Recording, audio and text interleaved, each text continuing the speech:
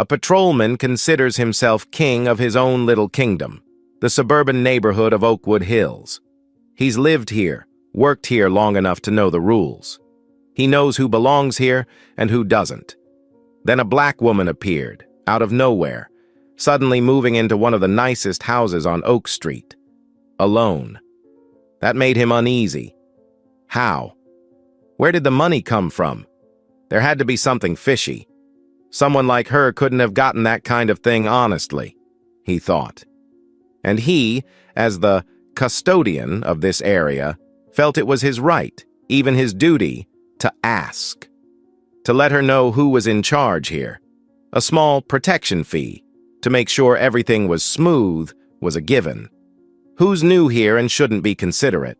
He thought it was only fair, but she dared to refuse, flat out. A black woman dared to say no to him, right in his neighborhood, and even dared to raise her voice about laws, about rights. Ridiculous. He was the law here. That insult, that defiance, was unforgivable. He had to teach her a lesson, had to let her know the consequences of not knowing her place. The insults, the curses poured out, a language that he believed people like her would understand. But she was still not afraid. That gaze, still hatefully calm. Then he had to resort to stronger measures, a language that everyone understood. He pulled out a gun and pointed it at her. Not exactly to shoot, just to remind, to see the fear in her eyes, to force her to submit. That was how he always kept order. But then just one phone call from her made his blood froze. The gun felt heavy. A mistake. A fatal mistake. Who had he messed with? What consequences awaited him after that fateful call? His career? His freedom? Everything he had was crumbling because of his own stupidity and prejudice. Listen to this story to witness the downfall of a tyrant and the price he paid for daring to look down on others. The soft golden light of a late autumn afternoon filtered through the old oak trees, casting a warm glow over the cobblestone streets of the suburban Oakwood Hills neighborhood. The neighborhood exuded a peaceful, well-off feel, with its well-appointed homes nestled behind manicured lawns and lush hedges. For Olivia Vance, the two-story, classic red brick house at 12 Oak Street, where she had moved in just a few days earlier, promised a rare peace, a refuge from the stress, complicated cases, and brain-crunching decisions of her Washington, D.C. headquarters. At nearly 50, Olivia was still trim and had a sharp, intelligent face. The wrinkles at the corners of her eyes only added to the air of experience and quiet power she exuded. She stood on the porch, wearing comfortable beige slacks and a cream cashmere sweater, a cup of warm tea in her hand, quietly surveying her new neighborhood. The move had been exhausting, but the feeling of breathing fresh air and hearing birds chirping instead of honking horns made her feel like she had made the right choice, at least for now. She sipped her tea, her dark brown eyes narrowing as she saw a local police cruiser drive slowly past her house, then stop on the opposite side of the road. A white policeman in his early 40s got out. He was stocky, with a rough face and blonde hair. He adjusted his uniform cap and strode across the street, heading straight for her porch.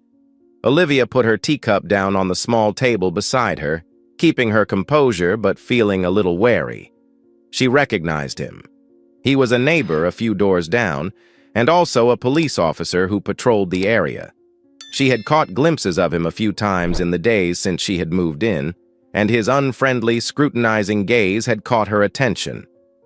"Good afternoon," the officer said as he approached, trying to smile, but it looked strained. His name tag read, M. Callahan. "I'm Officer Mark Callahan. I saw you were new here, so I stopped by to say hello. Welcome to Oakwood Hills." "Hello, Officer Callahan." "Thank you," Olivia replied, her voice polite but distant. "I'm Olivia Vance." "Vance?" Callahan repeated the name, his eyes sweeping over Olivia and then the large house behind her. "You live here alone? You must have a good job to own a house in this area. What do you do?"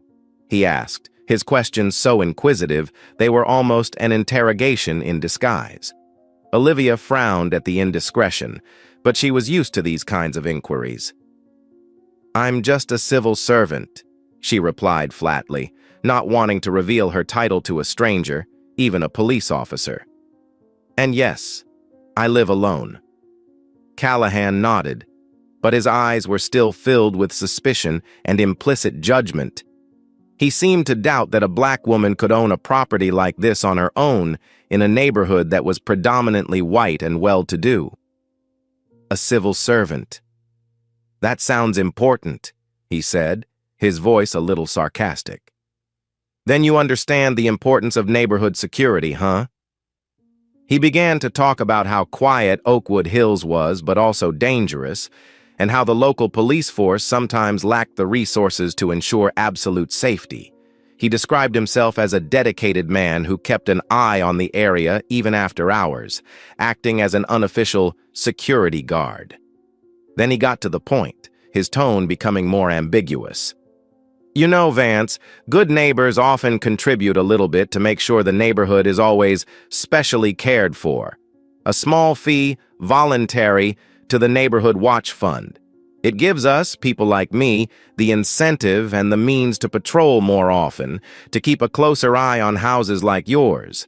Especially newcomers, they're usually very good-natured about this. You know what I mean?" Olivia looked Callahan straight in the eye. The so-called Neighborhood Protection Fund and voluntary fees were clearly just a blatant demand for protection money, using his position as a police officer to extort money from people, especially newcomers he thought were easy to bully or had something shady to hide. His brazenness and abuse of power made her feel both indignant and contemptuous. "Thank you for your concern, Officer Callahan," she said, her voice still polite but slightly cold. "However, I have confidence in the tax system and the public services the city provides. I pay my taxes and expect to receive adequate protection from the regular police force. I do not believe it is necessary or appropriate to pay any additional unofficial fees." Olivia's tactful but firm refusal wiped the wry smile off Callahan's face. His eyes flashed with anger and hurt. He had never expected the black woman to reject his proposal so bluntly. "Oh, really?" he smirked. "Suit yourself. But remember, everything has a price here. Hopefully you'll never need my special attention again." He left the sentence hanging in the air, then turned, walked quickly to the patrol car, and drove away, leaving Olivia with a feeling of unease and unease. She knew this encounter might not be the end. True to Olivia's premonition, just 3 days later, on a Saturday afternoon while she was watering the plants in the front yard, Mark Callahan's familiar patrol car appeared again. This time, he did not stop at the side of the road, but drove straight into her driveway, blocking the entrance. He got out of the car, no longer awkward, but instead arrogant and angry. Olivia put down the watering can and stood up straight, bracing herself for the encounter. She knew there would be no more hints this time. "We need to talk, Vance," Callahan said curtly, without even saying hello. "I've given you a few days to think about it. What do you think of that protection fee thing I mentioned the other day? Don't pretend you don't understand. In this neighborhood, everyone has to be reasonable to get along." Olivia crossed her arms over her chest, her eyes fixed on Callahan, showing no fear. "Officer Callahan, I thought we were clear about this. I'll say it one last time. I will not pay you any money or any protection fund you've invented. It's illegal, and you're abusing your position."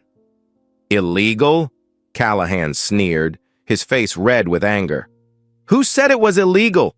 These are the rules here. These are my rules. If you don't pay, you're disrespecting me, disrespecting the rules of this neighborhood."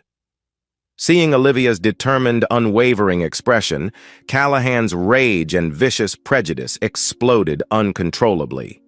He moved closer to Olivia, so close that she could smell his sour sweat and cigarette-scented breath. He began to spew insults and slurs, no longer hiding his racism and misogyny. Where does a black woman like you get the money to buy a big, nice house like this in Oakwood Hills? He growled, spit almost hitting Olivia in the face. I bet you're hooking up with some rich white guy, or you're in some dirty business, dealing drugs or laundering money or something. You're the one who's tainting this whole neighborhood. Olivia gritted her teeth, fighting the rage that was swelling in her chest. She felt the blood rush to her face. Never in her challenging career had she faced such a direct and vile insult on her own doorstep. "Listen, nigger," Callahan continued, his voice growing more vicious, his veined hand pointing straight at Olivia's face. "You're not welcome in this neighborhood. Who do you think you are, lecturing me? What the hell does a nigger know about the law?" He sneered savagely. "Or do you want me to check your house for anything interesting? Who knows? Maybe I'll find evidence of your illegal dealings." Olivia's heart pounded with anger, but her FBI veteran's rationality kept her calm. She knew she couldn't let her emotions get the best of her. She had to handle this situation smartly and safely. She took a step back, creating a safe distance, her voice cold as steel. "Officer Callahan, you are overstepping your bounds. You are being abusive, threatening, and a gross abuse of authority. I demand that you leave my premises immediately. If you do not, I will not hesitate to use all legal means necessary to protect myself." Olivia's harsh words and unyielding attitude were like a slap in the face to Callahan's sick pride. He couldn't believe that a black woman he despised would dare to stand up and challenge his self-proclaimed absolute power in this area. The anger, humiliation, and vague fear of being reported to his superiors made him lose his mind. He decided that he had to resort to the ultimate measure to quell this resistance, to make Olivia fear and submit. In an act of madness and desperation, Mark Callahan reached into the holster on his hip and pulled out his shiny Glock pistol. He didn't point the gun directly at Olivia, but the black muzzle was pointed at her clearly and menacingly. They were only a few meters away. The air was thick. The birdsong seemed to have stopped. "You think I don't dare to do something to you?" Callahan roared, his voice hoarse with anger, the hand holding the gun shaking slightly. "Here, I am the law. I'll say it again. Either you pay me protection money or you will regret it. I may only warn you today, but don't make me come back again. An unfortunate accident can completely happen to a newcomer, living alone like you." He tried to create a vague cover of threat, but the action of drawing the gun said it all.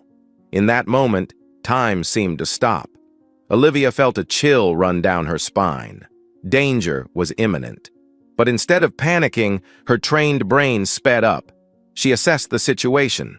Callahan was out of control, his actions were reckless and illegal, but he had a gun. She couldn't confront him head-on. She needed another solution, a smarter solution, one that utilized resources this corrupt cop never expected. She kept her eyes fixed on Callahan, showing no fear that might embolden him. And then, she made a bold decision. To the utter astonishment of Mark Callahan, who was waiting to see the utter terror on the face of the black woman he despised, Olivia Vance did something completely unexpected. She did not cry, she did not beg, she did not collapse. Instead, she slowly, very calmly, put her hand in the pocket of her coat. Callahan frowned, the gun in his hand dropping a little in confusion. "What? What are you doing?" he stammered, trying to keep his voice firm but wavering. "Don't play tricks. Are you going to take out your weapon? I'll shoot you right now." But Olivia had no intention of reaching for a weapon. She pulled out her smartphone. Her thumb flew across the touchscreen, opening her contacts and selecting a number saved under the simple name David M. Her gaze never left Callahan's pale face, a cold, deep, unfathomable gaze. She raised the phone to her ear.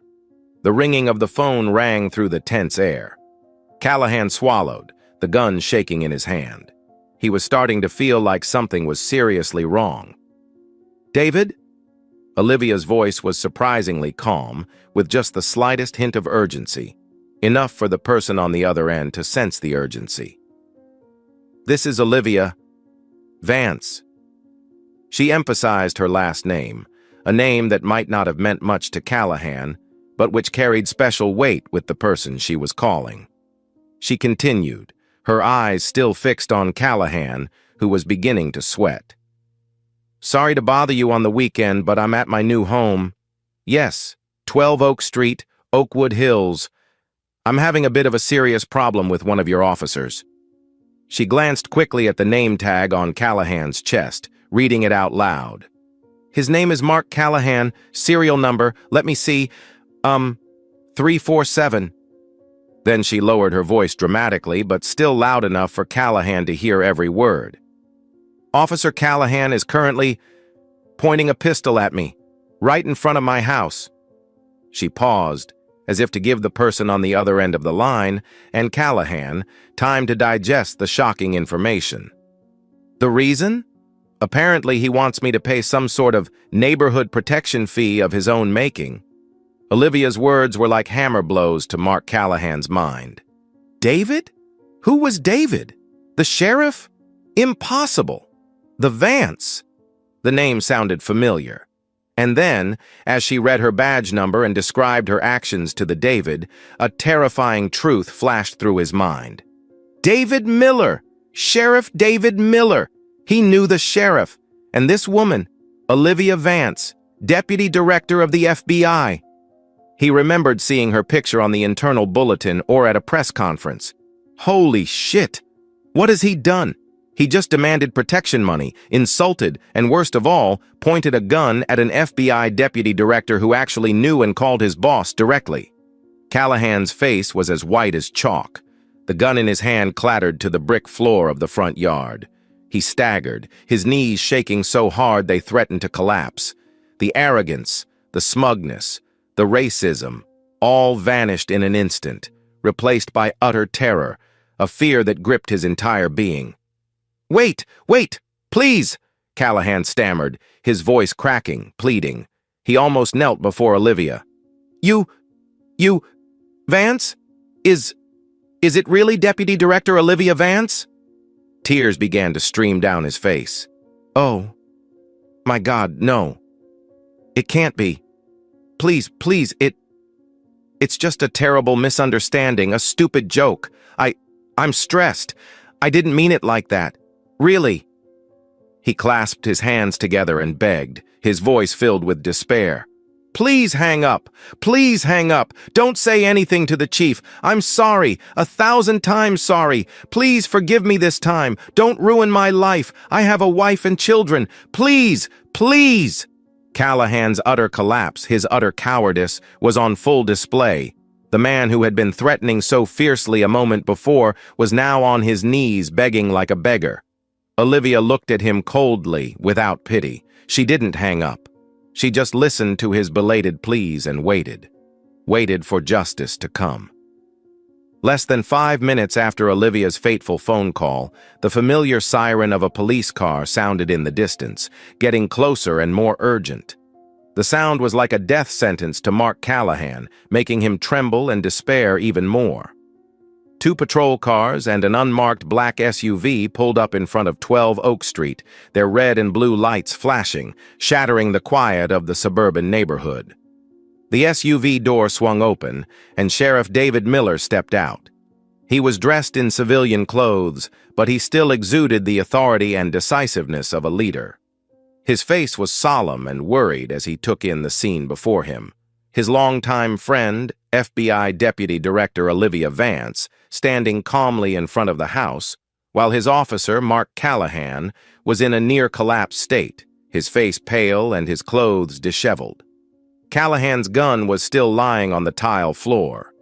David Miller wasted no time. He marched straight toward Callahan, his eyes piercing his subordinate. He didn't need to ask much.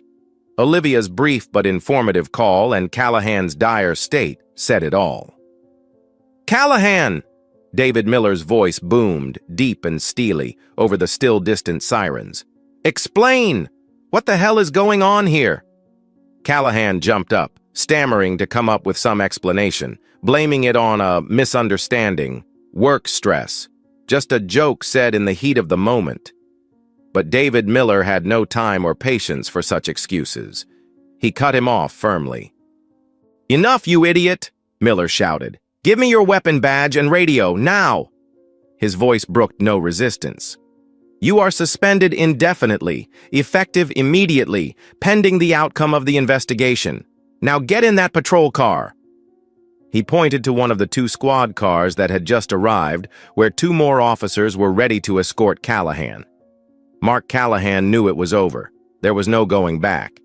He unbuckled his tool belt, shaking and humiliated, surrendering his weapon, badge, and radio. He didn't dare look the sheriff or Olivia in the face. He simply mumbled his orders, and 2 other officers led him in a heavy silence into the squad car. The car sped away, carrying the recently enforced officer turned suspect away from the scene. After Callahan's car was out of sight, Miller turned back to face Olivia. His stern expression softened, replaced by guilt, shame, and even anger at his subordinate's behavior. "Olivia," he began, his voice low. I really don't know how to express my apology. What you were put through in your own home, by one of my officers, was unacceptable. Callahan's actions are a stain, a disgrace to the entire Oakwood Hills Police Department." Olivia looked at her old friend and nodded. Her professional composure was still there, but there was a hint of weariness and deep disappointment in her eyes. "Thank you for coming so quickly, David. I knew you wouldn't let this go." "Absolutely not," Miller said, his voice full of determination. "I will personally oversee the internal investigation. There will be no mercy or cover-up. I assure you he will be held accountable. He does not deserve to wear this uniform again." He looked around the neighborhood. A few curious neighbors had started to peek out of their windows or watch from a distance. "Do you want to come in? I'll have someone secure the scene and collect the gun as evidence. Do you need anything else?" "No, I'm fine," Olivia replied. "I just need some quiet time, but I'll give you a formal statement whenever you need it." "I understand," Miller nodded. "Get some rest. I'll be in touch soon." He signaled the remaining officers to begin securing the scene and collecting evidence, then returned to his car, angry and determined to clean up his force. This would be a costly lesson. The internal investigation into Mark Callahan's misconduct was conducted with speed and seriousness, under the direct direction and supervision of Chief David Miller, who was determined to turn this shameful incident into an opportunity to clean up the force and send a strong message that corruption, abuse of power, and racism will not be tolerated. FBI Deputy Director Olivia Vance's detailed and comprehensive testimony as a victim and eyewitness provided a solid foundation for the investigation.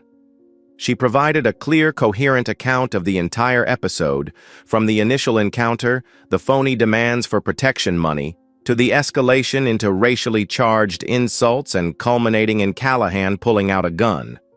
Her credibility and experience as a senior FBI official gave her testimony particular weight. When confronted by internal affairs investigators, Mark Callahan could not deny his actions. Initially, he tried to deflect, blaming it on a misunderstanding and stress, but when faced with Olivia's testimony and the possibility of other evidence, neighborhood security cameras, fingerprints on the gun, etc., he was forced to admit most of the truth, although he still tried to downplay the severity.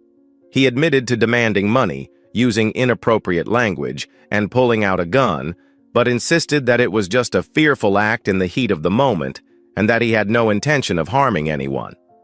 However, that excuse is invalid.